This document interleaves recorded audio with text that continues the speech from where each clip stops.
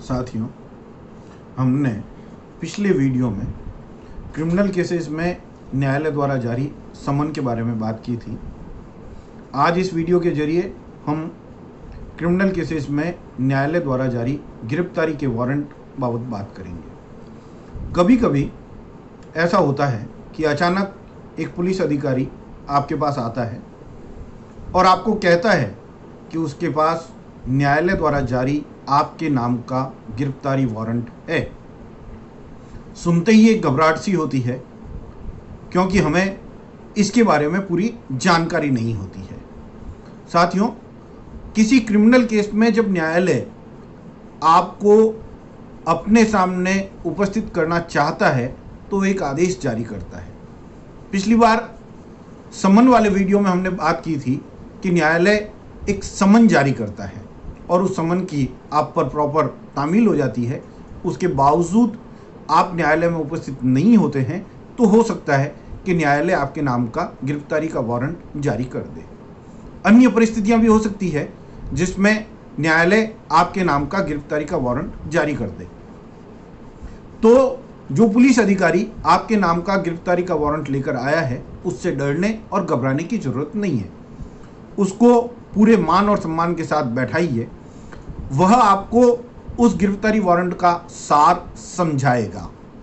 आप यदि चाहेंगे तो वह आपको वह गिरफ्तारी वारंट दिखाएगा। आप उस गिरफ्तारी वारंट को देखिए। गिरफ्तारी का वारंट हमेशा लिखित में होगा।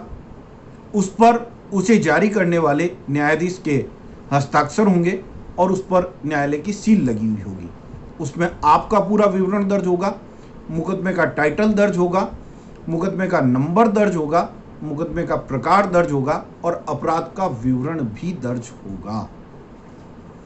अब आप उस वारंट को और देखिए, क्योंकि कहलाने को वो गिरफ्तारी का वारंट कहलाता है, परंतु सामान्य बोलचाल की भाषा में गिरफ्तारी के वारंट भी दो तरह के होते हैं।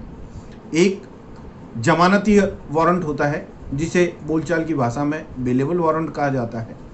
एक गैर जमानती वारंट होता है, जिसे बोलचाल की भाषा में अरेस्ट वारंट कहा जाता है। आप उस वारंट को देखेंगे।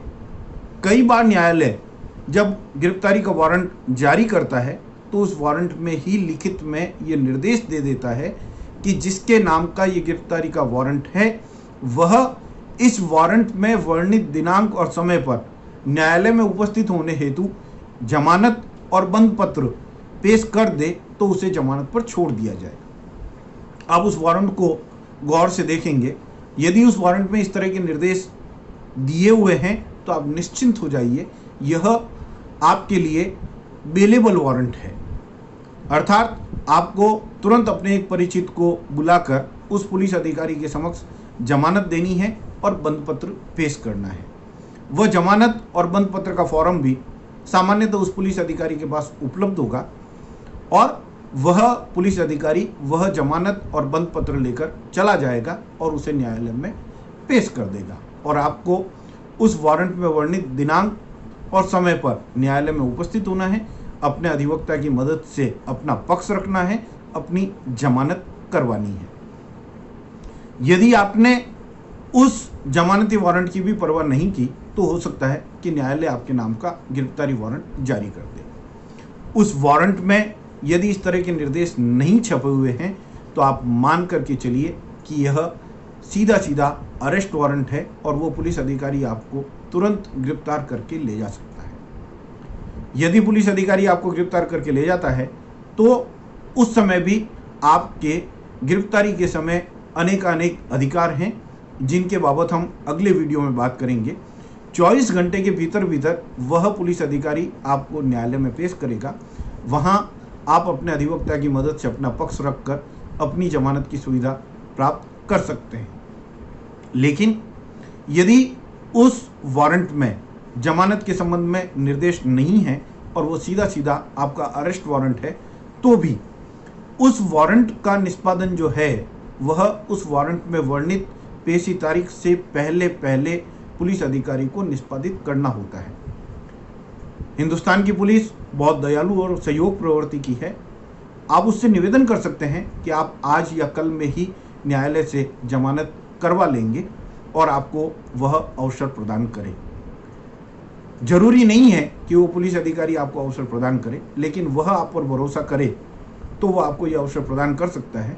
और अगर पुलिस अधिकारी ने आपको यह अवसर दिया है तो आप तुरंत न्यायालय में अपने आप को सरेंडर करें, वहाँ उस मुकदमे में अपनी जमानत करवाएं।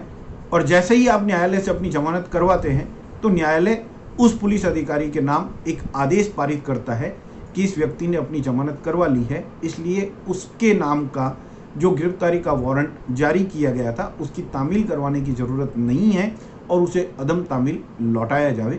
और इस तरीके से आप गिरफ्तारी से बच सकते हैं। गिरफ्तारी के समय आपके जो अधिकार होते हैं उसके बाबत आप और हम अगले वीडियो में बात करेंगे। तब तक मैं आपसे निवेदन करूंगा, स्वदेशी अपनाएं, आरोग्य सेतु ऐप अपने मोबाइल में डाउनलोड करें। इस लॉकडाउन में हमेशा मास्क का उपयोग करें और 2 गज की दूरी बनाए रखें।